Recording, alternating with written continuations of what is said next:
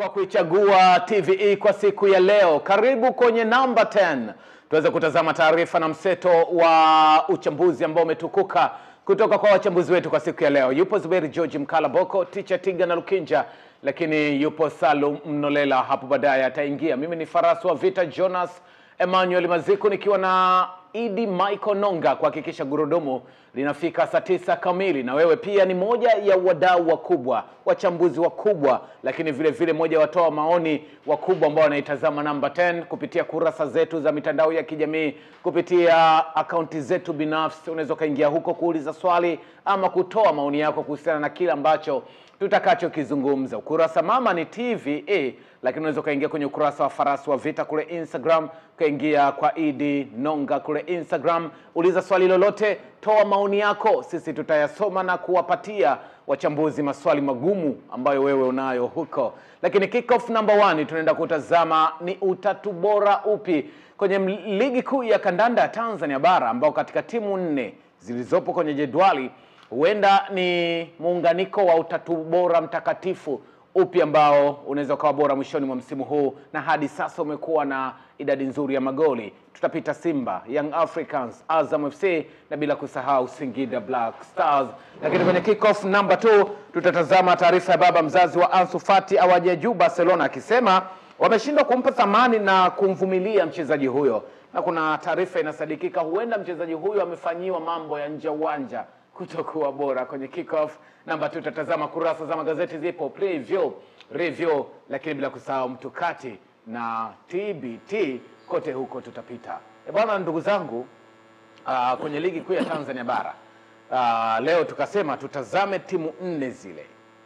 Yanga kileleni, Simba wa pili, Azam wa 3, Singida wa 4. Katika timu hizi 4 ni kwenye kila timu, kwenye sisi mpira wa miguu huwa tunatumia neno trio, lakini kwa Kiswahili tunatumia utatu mtakatifu. Upi ambao unasisimua uwanjani zaidi? Upi ambao ni hatari? Zuberi George, tuanzie kwenye hatari, achilia namba, achilia ile imefunga ngapi, tunazungumzia tu ipi ambayo imekaa vizuri na ni hatari kwa timu pinzani. Kwa maana kwa Young Africans Aziz Ki, Clement Mzize na Dube, Clement Mzize na Dube. Simba Sports Club, Ahua, Mpanzu, Kibu na Ateba. Alafu wanne sasa. Ahua, Mpanzu. Sasa hapa inabidi tutafute. Tena sio 4 ni 5 kwa sababu kuna Ahua, Mpanzu, Kibu, Mkwala na Ateba. Kocha Fadu ndo anayetuchanganya. First 11 yake pale juu haijaeleweka. Sasa kwa jinsi tulivyopangiwa ilibidi tuchaguliwe watatu. Mfano uitafute ile first 11 ya mechi ya mwisho ambayo kulikuwa na huyu Mkwala. Okay, kama ni ile tukitumia maana yake ni Ahua, Mpanzu na Mkwala. Kibu tumtoe. Na Kibu tumtoe. Wakati wa Singida Black Stars, Azam Faisal, Stadun na Sila. Lakini Singida Chakei, Jonathan Soa na Bada. Mimi naiona ni ile ya Young Africans ambayo ya Young Africans ndio ambao ni Aziz Ki, Clement Mzize na Dube. Wanasafu komavu. Sio hatari. Maana kusema hatari ni komavu kwa maana kwa idadi ya mabao wanayofunga, idadi ya mabao wanayotengeneza, nafasi ya timu yao ilipokuwepo, ndio wanasafu komavu ya mabao. Kwa sababu sasa hivi wanazungumza na mabao 58 Juma. Na ukiangalia kwa idadi ya mgawanyiko wa mabao ya kufunga kwenye hiyo safu yao hapo, unagundua Dube na goli 10 nafikiri. Ukienda kwa Mzizi na goli 9, nchi ya zile ambazo wamezichangia pia. Kadhalika ukirudi kwa Aziz Stefan, tunaona idadi yake ya magoli yanavyoshuti. Kwa hiyo kwangu mimi ukiniambia kwenye isafu utatu mtakatifu upi ambao na utazama kama una makali zaidi, safu komavu ni safu ya Young Africans kwenye ushambuliaji. Teacher Tiga na Lukinja? Liko wazi. Bado Young Africans watakuwa na safu bora ya trio. Hii trio kama ulivyosema tunaitambulisha Kiingereza trio, lakini kiimani inaitwa Trinity, na pia Kiingereza pia sometimes inatumika Trinity, utatu mtakatifu. Utatu mtakatifu niliwahi kusema wanaamini kuna Mungu Mwana, Mungu Roho, si Mungu Baba, lakini achana hapo kwa sababu tufundishi dini. Cha msingi cha kusisitiza tunamaanisha combination, utendaji wao, ufanisi wao. Sasa ukiangalia utatu mtakatifu wa Simba, kwa maana trio ya Simba, ukaja ukaangalia trio ya Yanga, ukaangalia ya Azam na ya Black Stars. Tunaposema utatu mtakatifu tuna maana muingiliano wa kiutendaji. Wakati mimi nafunga Karabao kamzungumza Dube na goli 10. amesaidiwa goli ngapi Ngapi, kutoka kwa Mzize Azizi. yes, na Azizi.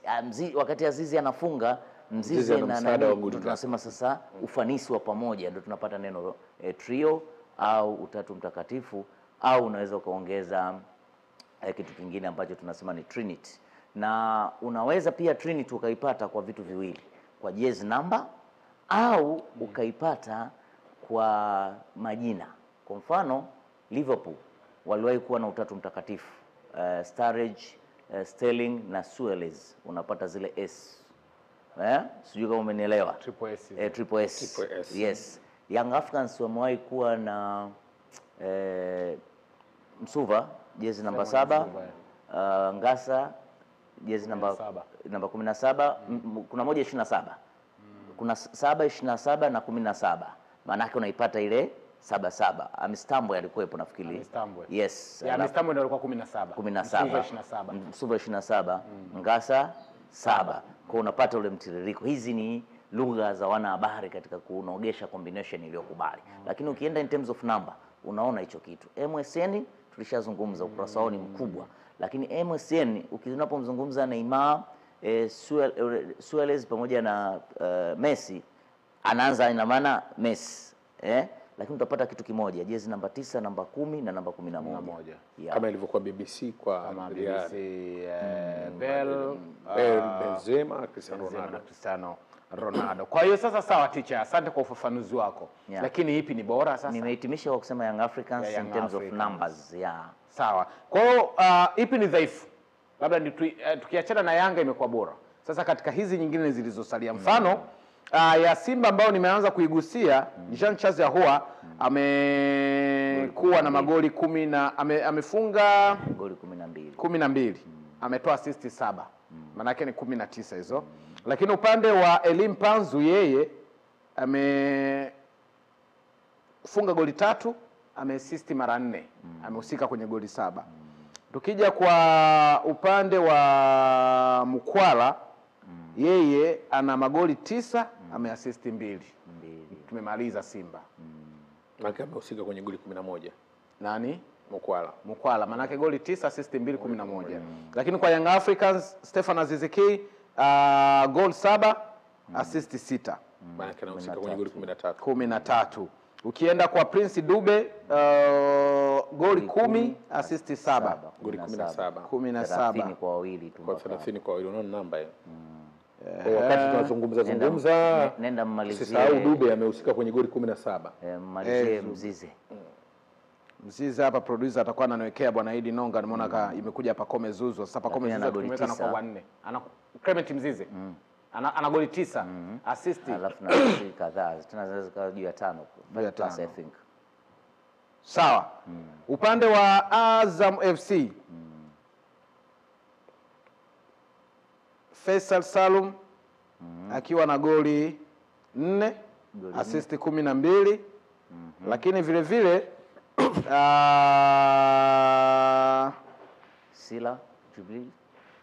Jibril Sila, Azam ana goli 20, goli 26, ana goli 7, lakini ana assist 2. Huyo Sila huyo. Wakati nani tumembakiza Azam hapo? Faisal tayari. Nado nafikiri. Saduni. Nasoro Saduni ambaye ana goli 5, ana assist 1. Maana yake Azam tunakuwa tumemaliza. Singida ni Maruf Chakei. Ana goli zake 5 na assist 3. Josephat Arthur, yeye ana goli 3, ana assist 6. Wakati huo Maruf Chakei tayari. Jonathan Soa, yeye ana goli 7 na hana assist. Maana yake huenda trio ya Singida Black Stars kwenye hii top 4 ndio ikawa iko chini. Hiyo tukawaambia asante kwa kushiriki. Asante kwa kushiriki. Yes. Kumekuwa na shida. Ukiwa rank hao watatu wa juu, kwa mfano Azam na kina Shakei, kwa maana Black Stars takwimu zao zinatofautiana. Unaona kwamba Azam wako much better in terms of takwimu. Mzizi ana goli 10 na assist 2. 10. Tunazidi kuongeza. Wakati tunamtafuta nilikuwa nakukumbusha tu hapo. Sawa. Na upande wa Azam, Nado yeye ana goli 4 na assist 3. Hivi Nado yupo kwenye kikosi cha kwanza cha Tiga na cha Azam. Amekubali kwamba mwalimu Tausi amekubali mziki wa Nado ambao mara kadha umekuwa ukipuuzwa pale Azam. Nimeona msimu huu amekuwa bado haja guarantee bado. Kuna wakati anatumika anaanza badilika. Mwanzo kuna kipindi alikuwa anaanza Tausi alimtumia sana. Sasa hivi naona kidogo kuna rotation inafanyika. Katika tafiti yangu toka natoka Mbeya City amekuja Azam, amefanya kazi na makoches wengi tofauti. Unajua Azam wamekuwa watu wa kuwabarasa makocha. Yes, lakini katika kocha ambao upepo umemnyokea bwana mdogo ni Tausi. Tausi anacheza. Yaani ukipanga piga garagaza huo unapoipanga lineup ya nani unamwona anaanza kushoto. Mtu ambaye upepo umemkataa kwa mwalimu huyu anakuwa ni Sopu, ambaye play style yao unaweza ukashindwa kuwa tofautisha sana. Sopu amekwenda nje ya kikosi. Sasa hivi anaingia kama substitute kwa mujibu ile anaanza kupata wakati mgumu chini ya Zidane. Yes, sasa hivi Zidane wanaingia pamoja lakini kidogo. Kwa hiyo Nado ana namba ya kudumu Azam ya sasa, na hata ukitumia reference ya michezo 22 waliocheza, ninaamini ile ya kwanza inaweza ikawa juu ya 15. Inaweza ikawa juu ya 15. Anapata nafasi na tusizungumze ile ya kwanza tu, lakini bado Mwalimu Rashidi ana imani kubwa na Nado. Hii trio ya Simba hii tuizungumze kidogo. Zuberi George ina majina kidogo yanayosisimua. Eli Mpanzu huenda labda kwa sababu kachelewa kwanza, kaingia dirisha dogo. Labda angekuwa ameanza tangu dirisha kubwa angekuwa kwenye namba nzuri zenye ushawishi. Lakini kwa namna ya type ya uchezaji wa Eli Mpanzu, aina ya kufufua mipira na kufunga kwa Jean Charles Ahoua na mikimbio mingi ambayo anaifanya bwana Mukwala, si ajabu ingekuwa ni bora msimu huu mbele hata ya Azizi Ki, Clement Mzize na Dube. Ingekuwa bora, lakini shida ni kwamba safu ya ushambuliaji ya Simba hususan kwa Eli Mpanzu ilikuwa imeanza kama bomu la kutegwa ardhini, unasubiri ilipuke. Mpanzu akuja na form moja kwa moja kwanza ku click na timu. Kwa hiyo imemhitaji muda apate fitness ya wewe bora, ndo tunaanza kuona tulichokuona kitamani kwake sasa hivi. Kwa hiyo tayari naye ni kama safu ambayo imeanza taratibu. Safu ya ushambuliaji ya Simba imeanza taratibu kwa sababu ya hiyo namna ambavyo Mpanzu amekuja kwenye timu. Lakini hao wachezaji wengine nao walianza taratibu. Na Mkwala naye ukiangalia naye alianza taratibu. Ni Jean Charles Ahoua tangu kafika tunajaribu kuona takwimu zake, isipokuwa watu wanaathiriwa tu na staili yake ya kucheza, lakini namna anavyo click kwenye uchezaji wake, performance yake, metrics inaonekana wazi. Lakini Mkwala alianza taratibu, Mpanzu alianza taratibu. Ni mabombu ya kutegwa haya mpaka lilipuke. Sasa ile wakati tunasubiri ulipuke ni muda ambao watu walikuwa wanahitaji wao umelipuka. Ndio kitu ambacho unaweza kuona utofauti wa safu ya ushambuliaji ya Simba. Sasa hivi angalau tunamuona Mkwala na idadi ya magoli yake 9, lakini angalia namna yalivyopatikana. Yanakushughulisha. Kuna mechi anaingia substitution dakika 20 anafunga goli moja mbili. Anaenda, lakini sasa hivi kama mwalimu Fadman Davis kaanza kumwamini zaidi. Sasa muundo wa namna walivyokuja hawa wachezaji kuonyesha performance zao ndio ambako unagundua kwamba safu ya ushambuliaji ya Simba na yenyewe bado huwezi ukaipa ubora ule kwa sababu muda walioutumia kuzoeana. Lakini tazama wakati tunamzungumza Dube, anatafuta ile fitness yake kwa ubora kwenye Coast Young Africans. Timu ilikuwa inabebwa na watu wengine kwa uzuri tu na uwiano mzuri. Umeelewa vizuri? Kwa Simba ilikuwa tofauti sana. Ukimkosa Mkwala kwenye ubora wake au akibanwa huwezi kupata chochote. Mpanzu alivyokuja afungi, timu tulikuwa tunagundua kwamba safu ya ushambuliaji inaenda taratibu mno. Shaka kusema hapa kama beti ambayo kama unaweza kusema kama beti ambayo inakwisha chaji. Lakini sasa hivi angalau ile shape ya safu ya ushambuliaji ya Simba baada ya mtu kama Mpanzu kupata ile momentum, tunaanza kuona kwamba makali yale tunayaona, zinatengenezwa nafasi, wanafunga nafasi za kutengeneza, wanafunga nafasi zilizokuwa tayari zimetengenezwa. Unajua kuna nafasi za kutengeneza na nafasi ambazo zilikuwa tayari zimetengenezwa. Ndio kitu ambacho nakiona kwa safu ya ushambuliaji ya Simba. Hivi Ticha Tiga na Lukinja kwa Jean Charles Ahoua tofauti na kucheza inside 10 kwa maana namba 10 pale. Kuna namna yoyote unaweza kumtumia aidha pembezoni mwa uwanja akakupa kitu cha ziada kwa type yake ya uchezaji? Yes. Na kuna mechi za awali alicheza pembezoni. Nafikiri mechi zile za kwanza anacheza na Fountain na Tabora. Magoli mengi na assist zake nyingi alizitoa, assist akitokea upande wa kushoto anafungua kabisa nje. Kama winga anakuja anadumbukia, na katika mpira wa kisasa ukiacha kwamba yeye ni number 10 in terms of position, maana yake ni idara ya kiungo. Anaweza kucheza kulia, kushoto, namba 7, namba 11, namba 8, namba 10 na namba 6. Kama ataongeza ability ya kukaba, maanake wale ma-CM pale chini wana aina ya kucheza, central midfielders wana aina ya kucheza defensive, kama ni DAM kwa maana defensive midfielder, ile ni ability ya kiutendaji. Lakini muonavyo huyu winga zote mbili anaweza kucheza, yes, lakini pia namba 8 anaweza kucheza kwa ufasaha mzuri. Sawa, lakini kwa hiyo ni kwa Ahoua. Kwa Ateba amekuwa na maswali mengi kwa mashabiki wa Simba kwamba kocha anatuonesha kwamba Ateba ndo mshambuliaji wake namba 1, lakini mashabiki wao wanamuona Mukwala ndo anastahili kuwa namba 1, na ikafika mbali kwamba Fadlu anamkumbatia Ateba kwa sababu ndiye alimpendekeza moja kwa moja, anamfahamu vibaya mno kuliko Mukwala, lakini aliyemfahamu kaja anamwangusha namna fulani. Ateba na Mukwala, tofauti yao na ubora wao kila mmoja upo sehemu gani? Ateba na Mukwala tofauti yao ni kasi ya matukio, wanasema reaction speed ndio inayotofautisha. Ateba ana nguvu lakini sio mzuri kwenye reaction speed. Umeelewa vizuri? Reaction speed, kwenda kwenye matukio kwa wepesi. Lakini kingine ni positioning. Ateba anatumia nguvu kwa muda mwingi ya position sana, kitu ambacho tunamuona mara nyingi akiwa anapambana akiwa na mpira na walinzi. Lakini Mukwala faida yake nyingine ni mzuri kwenda kwenye nafasi. Mukwala akikosa goli yuko kwenye nafasi kakosa. Ateba utaona ananyang'anyana na walinzi, anatani kachelewa. Tofauti yao ni reaction speed na kukaa kwenye nafasi. Lakini kingine ni uwezo wa kuona kila touch anapopata nafasi sahihi. Ambaye ni nani? Mukwala ana ufanisi mzuri akipata nafasi sahihi. Ateba ana uwezo wa kufunga, lakini pia uwezo wake wa utulivu kwenye kuna nafasi sahihi, ultimate composure kwenye ule mwisho inapungua. Kwa kwanza kinachotofautisha ni kasi. Pili, uwezo wa kukaa kwenye nafasi kwa usahihi. Lakini tatu, utulivu pia wakati wa kufunga anapopata nafasi. Ateba kuna wakati zakata nafasi 3 akafunga moja, lakini Mukwala kama kunapatikana utulivu nafasi 2 anafunga. Ziko mechi Mukwala anatumia nafasi hizo 2 anafunga. Lakini pia kinachompa nafasi ya kufunga ni uwezo wake wa kukaa kwenye maeneo sahihi. Sasa Ateba anatumia zaidi nguvu, na kinachomtofautisha na Mukwala ni uwezo wake wa link up play. Unajua mshambuliaji anafanya majukumu yale 6. Link up play, tuende sasa kae kwenye nafasi, afunge, atengeneze. Sasa Ateba mara nyingi anahusika kwenye link up play. Matokeo yake kutoka kwenye link up play, shida unaenda kuathirika mbele. Kwa nini? Kwa sababu ya historia yake huko nyuma alikuwa anacheza. Unajua alikuwa anatoka akatazamika kama focal point of attack. Alikuwa anacheza nyuma ya mshambuliaji. Kwa hiyo muda mwingi alikuwa anatoka na timu kwenye duara, anaisogeza juu. Ateba huyo. Huyo Ateba huyo. Sasa ile hali pia imemwathiri kwa kiwango kikubwa. Ndio maana Ateba muda mwingi unakuta yuko yeye na opponent movement. Teammate movement zinaweza zikafanyika, lakini mara nyingi kuna opponent movement. Kwa nini? Kwa sababu anahisi bado anatokea mbali, na inawarahisisha walinzi kumkabili kwa sababu hakai jirani na lango akiwa anatafuta nafasi, anatoka mbali na timu kuja kwenye lango.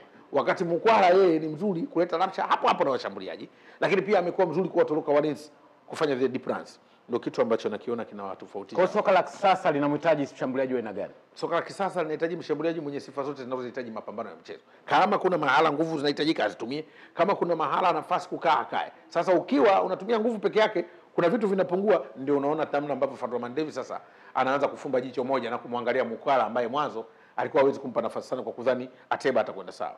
Ateba kweli, lakini anahitajika sana kuonekana kwenye eneo moja. Matokeo yake game kuna wakati inahitaji itafsirika kulingana na matukio. Sasa kama uwezi mchezaji kutafsiri matukio, maana yake fast reaction unakupa wakati mgumu. Ndio maana creative solution ambayo anaitazama mwalimu Fadlu Davis sasa hivi ni namna ya kumtumia mchezaji kama Mukwala, kwa sababu timu ina control pace ya game, ina control tempo ya game. Kwa hiyo inahitaji mtu anayekaa kwenye nafasi zaidi. Sasa kama wewe kwenye nafasi zaidi ukae muda mwingi upo kutengeneza nafasi, maana yake kwenye eneo la mwisho tunakosa mabao mengi. Ndio maana kuona Simba sasa hivi angalau idadi ya mabao inapatikana. Kwa nini? Eneo la mwisho unaingiwa katika ubunifu mwingi. Sasa ubunifu ule mwingi, kama unapata mshambuliaji anaika kwenye nafasi, ndio inaupa urahisi wa kuonekana kwenye mabao anafunga. Kama una mshambuliaji ambaye muda mwingi anatafuta nafasi, atakosekana kwenye nafasi ambazo watu wanamfuata. Huo ndio utofauti wa Mukwala na yule Ateba. Sawa, Ticha, kwenye mechi ngumu ambazo unahitaji matokeo unaenda na striker gani kati ya hawa wawili? Tufanye unacheza na Al Masry. Nakwenda na Mukwala. Unaenda na Mukwala. Na kwa nini Mukwala na si Mukwala? Yes, yuko si Ateba. Yani ni more clinical ukiwafananisha wao wawili. Ateba na vitu vingi. Mwenzangu ametumia neno link up play. Mchezaji anaoacha safu ya ushambuliaji, kama ni mshambuliaji anarudi kwenye connection ya midfield na washambuliaji. Ina maana unaenda kufanya kazi ya namba 10 au ya mtu wa kiungo. Ukitoka na mpira pale utakwenda mbali kwa mita labda 35 nyingine, mwisho wa siku utachoka. Yule aliyompiga chenga huku chini anarudi kujipanga tena. Unakuwa kila umekutana naye tena, kila ukimpunguza chenga huyu hufiki safari. Yaani maana unajiingiza kwenye kichaka cha michongoma. Yes. Hapo ni miba tu. Yeah. Sasa kwa namna ambavyo Simba na Yanga zinahusishwa kumtafuta Jonathan Soa ambaye yupo kwenye trio ya Singida Black Stars. Yeah. Kwa aina ya wachezaji kuanzia mchezaji namba 10 hadi namba 1 wa Simba na wa Yanga pia. Jonathan Soa ni wapi ambako ni rahisi kucheza na katakata vizuri kati ya Simba na Yanga kwa tepu yake ya uchezaji? Wote kote kuwili, kwa sababu wote wana mahitaji ya central striker. Yaani akienda Soa akasimamishwe kama center striker, maana yake kama Yanga wanamtaka yeye, ina maana wa opti kumweka nje Dube. Si ndivyo? Ambavyo wewe ungekuwa ni kocha mkuu wa Yanga ungefanya hivyo. Hapana. In case kashakuja Jonathan Soa au hakuna haja hata kuja Jonathan Soa. Mimi ningesimama na Dube Mbele ya Jonathan Soa. Yes. Ticha, ujasiri huo unatoa wapi? Achana na namba. Dube ni mtu ambaye nafahamu play style yake muda mrefu, na zaidi namuona week in week out kwa zaidi ya miaka 4 hapa mjini. Soa nimemfahamu Ghana. Nimemuona pia katika mechi zile 2 za Mediama. Mimi nimemfahamia kule. Nimemuona kwenye mechi 2 za Mediama. Alikuwa tofauti. Soa aliyocheza mechi kule anafunga goli la penalty, sio aliyocheza Dar es Salaam. Maana yake sometimes atakutana na maji kupo maji kujaa. Alichokifanya sasa hivi amefanikiwa kwa haraka, tunasema ameifiti timu mapema. Lakini unajiuliza mwenzake aliyokuwa na goli 8 akastaki Rupia kapotea kwenye ramani. Maana yake sasa hivi hawa akina Chakei, akina Chuku na wengine wote midfielder mdogo wangu Naftali na wengine wana jukumu la kumpasia mipira positive, mipira yenye tija kwa mshambuliaji, ndio maana Soa anaingia kwa haraka sana. Lakini muangalie kwenye namba za Dube za mwaka huu. Kwenye 10 goals, hiyo ni double digit. Lakini pia ameassisti mara 7. Manake kama unashindwa kupata kitu cha moja kwa moja kwake, atakupa msaada wa pili wa kuassist. Sijui kama umenielewa. Na ninafikiri ukienda deep, sina kumbukumbu ya penalty ambayo alipiga Dube. Yes, lakini all in all kwa sababu pia penalty ipo ndani. Nafikiri Soa kama kumbukumbu yangu iko nzuri, kwenye goli zake 6 hizi ana penalty 2 kama si moja. Kwa hiyo kwangu mimi ningemwamini Dube. The same Dube ukimshift hapa Simba Sports Soa ukimleta Simba pia bado nitasimama na mtu kama Mukwala kwanza. Yeah. Ticha jasiri sana. Sawa, bwana Ticha Tiga na Lukinja huyo tunamaliza naye kick off number 1 akiweka wazi yeye Dube na Jonathan Soa anaondoka na Dube, lakini Jonathan Soa na Mukwala anaondoka na Mukwala. Sasa Mukwala na Dube unaondoka na nani? Mukwala na Dube nitaondoka na Dube. Utaondoka na Dube. Kwa kifupi kwa ligi yetu Dube kwako ndo namba 1 striker kwa maana ya washambuliaji waliopo. Safi. Zuberi George Mkalaboko pia alikuwepo hapa. Mimi ni Jonas Emmanuel Mazeko. Kick off number 1 tunaifunga hivyo. Kaa tayari kutazama mengi kupitia kick off.